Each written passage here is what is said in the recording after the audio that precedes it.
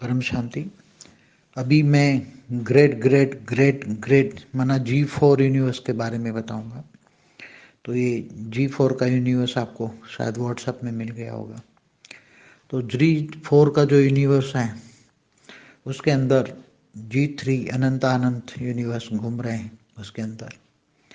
और G4 के जो हमारा मल्टीवर्स है, मल्टीवर्स में भी जो हमारे G2 के भी कई लेयर में हैं, G3 भी कई लेयर में है, ऐसी तरह G4 के 200 लेयर है हमारे मल्टीवर्स में G4 के 200 लेयर है। आगे चलकर बताएंगे उसका लेयरों वाला भी एक मल्टीवर्स बताएंगे, उसमें हर कोई के लेयर कहाँ कहाँ कैसे हैं बताएंगे। और परम लाइट में रहता है, उसका रचयिता निराकार बार आकारी रूप में अपनी शक्तियों के साथ एक शक्ति होती है, इसके साथ बाहर के आवरणों में 108, 16,000, 9 लाख 2 करोड़ तक होती हैं। वहाँ जो अंदर के आवरण हैं, जहाँ तक शक्तियाँ रहती हैं, वहाँ 100% परम तत्व होता है। हर कोई यूनिवर्स में जहाँ तक उसकी शक्तियाँ होती है वहाँ 100% परम तत्व होता है।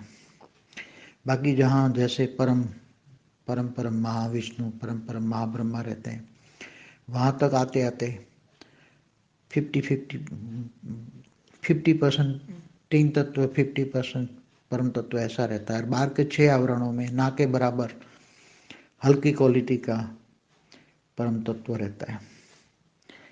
पूरे G4 का जो टोटल वायुमंडल है उसमें 0.06 परम लाइट है, 6% परम तत्व है, बाकी जो बचता है वो 3 तत्व है।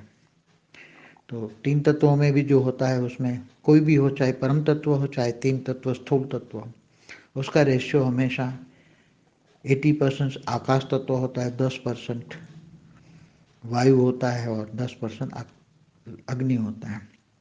तो आकाश, वायु और अग्नि 80%, 10% अंदर लिखा हुआ मिलेगा आपको।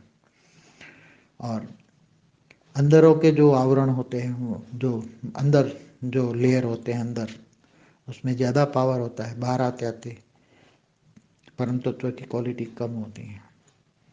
ये लगभग हर कोई यूनिवर्स को मिलेगा। परम शांति।